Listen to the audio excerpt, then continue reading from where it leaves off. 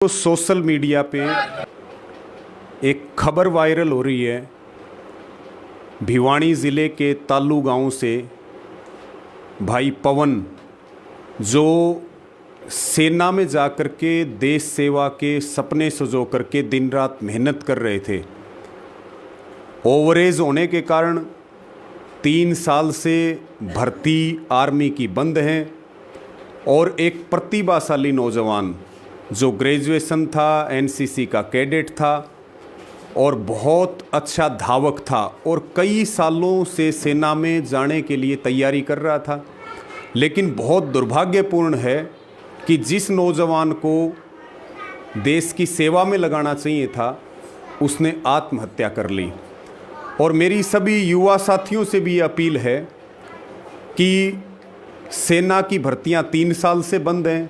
बेरोज़गारी का आलम ये है कि भाई पवन को जिस ग्राउंड में वो प्रैक्टिस करता था, उसमें ये लिख करके उसने आत्महत्या की कि बापू, मैं इस जन्म में सेना में नहीं लग पाया, अगले जन्म में ज़रूर लगूंगा।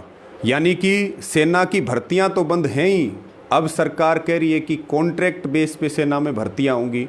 और ये बहुत दुखद घटना है। तीसरा दिन है, ना कोई सरकार का प्रतिनिधि, ना कोई प्रशासन का प्रतिनिधि, और केवल 1.5 एकड़ के किसान। और पवन भाई के जो फादर हैं श्री जसवंत सिंह उर्फ लीला, हम गाँव में ही बैठे हुए हैं, सबसे मिलने के लिए आए हुए थे। तो एक बार जो है अंकल जी से हम बात करेंगे, जसवंत जी से, वो पवन के बारे में ज़रूर सबको जानकारी दें। हाँ जी, बताओ आप कितने टाइम से प्रैक्टिस कर रहा था? ये 9 साल से प्रैक्टिस कर रहा था जी। और आर्मी में लगने की इच्छा थी इसकी जी। इसकी और नौकरी कोई इच्छा नहीं, आर्मी की इच्छा थी इसकी जी।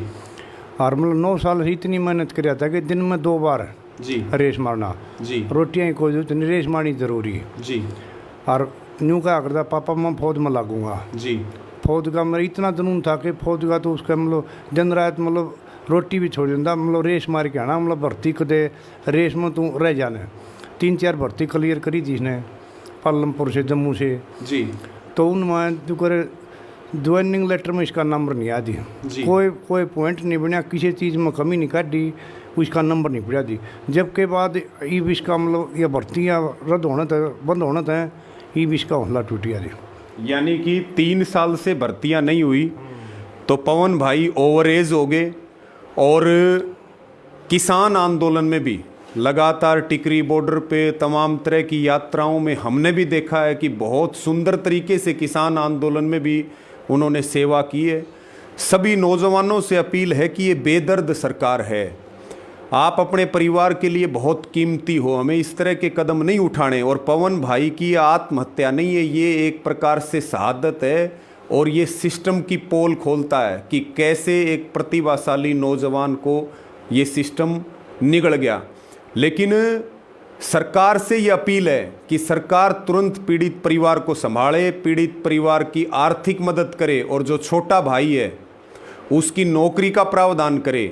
क्योंकि अब तक इतना समय बीतने के बाद भी, इतनी वायरल हो रही है, उसके बाद भी कोई सरकार और प्रशासन संभालने वाला नहीं है। और ये आत्महत्या नहीं है, ये शहादत है एक प्रतिभाशाली नौजवान की, जो पूरे सिस्टम की पोल खोल रहा है। और सरकार कुंभकर्णी नींद में सोई हुई है, तो सरकार तुरंत पीड़ित परिवार का संज्ञान ले और जो छोटा भाई है उसको आर्थिक मदद करे। और जो पूरा समाज है, जो भी सुन रहे हैं, मेरी सबसे ये अपील है कि मात्र 1.5 एकड़ का किसान है और माँ बचपन में ही पवन भाई की एक्सपायर हो गई थी। इस पूरे पीड़ित परिवार की हम ज़्यादा से ज़्यादा मदद भी करें। हमारे बीच में तमाम जो है उनके साथी हैं, अक्षय भाई यहाँ बैठे हैं, हमारे भाई राजकुमार जी बैठे हैं, उधर प्रधान जी बैठे हैं, उनके परिवार के जो और भाई और साथी हैं वो साथ में बैठे हैं। सिंघाणी से महाराज जी आए हुए हैं, धर्मगिरी जी। महाराज जी, आप इस दुखद घटना पे, इससे बड़ी कोई दुखद घटना नहीं हो सकती, आप क्या कहना चाहोगे?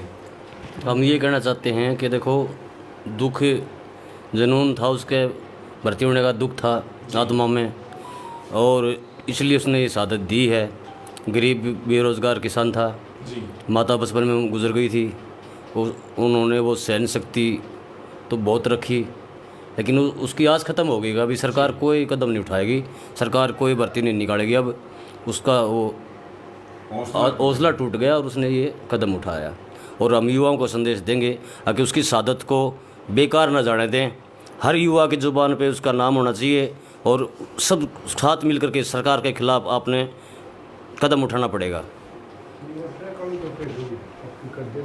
और साथियों, ट्रैक के बारे में और जो है और जो दूसरे पवन भाई के बारे में और आप क्या बताना चाहेंगे? बस ये कहना चाहूँ जी, जहाँ उसने भाई ने साथ दी है ट्रैक पर, वो ट्रैक पक्की तो जरूर करवा दो। आप देख सकते हैं। और अब तक कोई सरकार प्रशासन ना के जी, किसी ना जी, कुछ नहीं आज। एक पिता जिसने अपने नौजवान बेटे को खोया है, उनकी अब भी यही इच्छा है, जो किसान है, कि जिस ट्रैक के ऊपर वो सालों से पसीना बहाता था और जहाँ पर उसने मौत को गले लगाया लिख करके अपनी आत्मा की बात, उसको कम से कम पक्का तो ज़रूर करवा दो। ये तालू गांव है, भिवानी ज़िले में है, हरियाणा में है। और हमारा सरकार को फिर ये कहना है कि सरकार पीड़ित परिवार को तो संभाले, उसके साथ में अगर थोड़ी सी भी उनमें हमदर्दी और थोड़ी सी भी अगर उनमें शर्म बाकी है, सेना की भर्तियां तुरंत खोले। और इसके लिए आंदोलन भी चलाना पड़ेगा, सब युवाओं को संगठित भी होना पड़ेगा, अम्बाड़ा भी जाना पड़ेगा, दिल्ली भी जाना पड़ेगा। नहीं तो सरकार सब कुछ प्राइवेट कर रही है, नौकरियां ख़त्म कर रही है, उनको ना खिलाड़ी चाहिए ना फौजी चाहिए। ये बात उनकी है। हमारे साथ अक्षय भाई हैं, आप क्या कहोगे अक्षय भाई? शुरू भाई सारे भाई है ना, राम राम भाई। जो भी होया भाई शहादत दे गया युवाओं के लिए, तो भाई की शहादत खराब नहीं जानी चाहिए। हर एक युवा को इसके बारे में आवाज़ उठानी चाहिए और सरकार को भी जल्द से जल्द आर्मी के लिए भर्ती निकालनी चाहिए। ना तो कई युवा जो जिनके माता पिता ने सपना देखा है कि बेटा बड़ा होगा, फौज में लगेगा, पुलिस में लगेगा, बाप का नाम रोशन करेगा, वह उन सभी युवाओं से हाथ जोड़कर विनती है कि कोई भी भाई ऐसा कदम ना उठाए जो अपने पवन भाई ने उठाया है।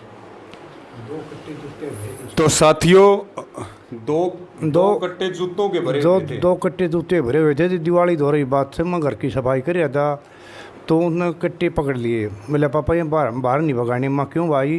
बोला ये मेरी ट्रैक की मेहनत है और वो आज भी मेरे घर पर है, वो जूते नहीं भगाने दिए। बोला ये मेरी मेहनत है, इसको नहीं भगाना, ये मेरा पसीना है, खून पसीने की मतलब मेरी मेहनत है यार। रात भी मेरे घर पर हुए दोनों कट्टे। तो साथियों, ये बहुत भावुक समय है और ये पवन भाई की जो शहादत है, हम सब इससे प्रेरणा लेकर के और मजबूत बने, हिम्मत रखें और सरकार के खिलाफ और सिस्टम के खिलाफ आवाज़ उठाएं और भाई पवन को न्याय दिलाने का काम करें। उनके पिता का जो दर्द है वो शब्दों के माध्यम से आपने सुना। इस वीडियो